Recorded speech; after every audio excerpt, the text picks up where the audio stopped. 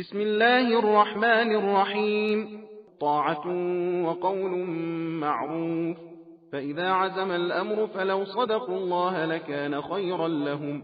فهل عسيتم إن توليتم أن تفسدوا في الأرض وتقطعوا أرحامكم؟ أولئك الذين لعنهم الله فأصمهم وأعمى أبصارهم. أفلا يتدبرون القرآن أم على قلوب أقفالها؟ إن الذين ارتدوا على أدبارهم من بعد ما تبين لهم الهدى الشيطان سول لهم وأملى لهم.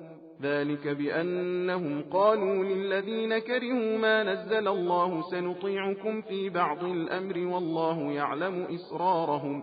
فكيف إذا توفتهم الملائكة يضربون وجوههم وأدبارهم؟ ذلك بأنهم اتبعوا ما أسخط الله وكرهوا رضوانه فأحبط أعمالهم.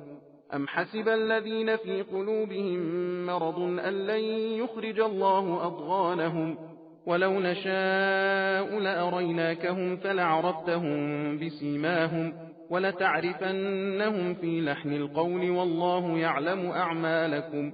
ولنبلونكم حتى نعلم المجاهدين منكم والصابرين ونبلو أخباركم.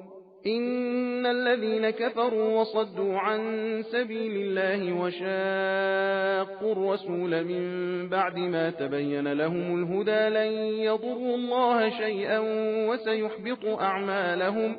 يا أيها الذين آمنوا أطيعوا الله وأطيعوا الرسول ولا تبطلوا أعمالكم. إن الذين كفروا وصدوا عن سبيل الله ثم ماتوا وهم كفار فلن يغفر الله لهم. فلا تهنوا وتدعوا إلى السلم وأنتم الأعلون والله معكم ولن يتركم أعمالكم. إنما الحياة الدنيا لعب وله وإن تؤمنوا وتتقوا يؤتكم أجوركم ولا يسألكم أموالكم. إن يسألكموها فيحفكم تبخلوا ويخرج أضغانكم.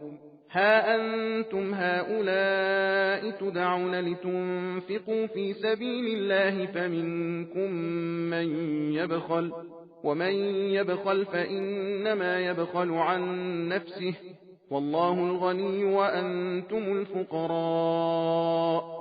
وإن تتولوا يستبدل قوما غيركم ثم لا يكونوا أمثالكم.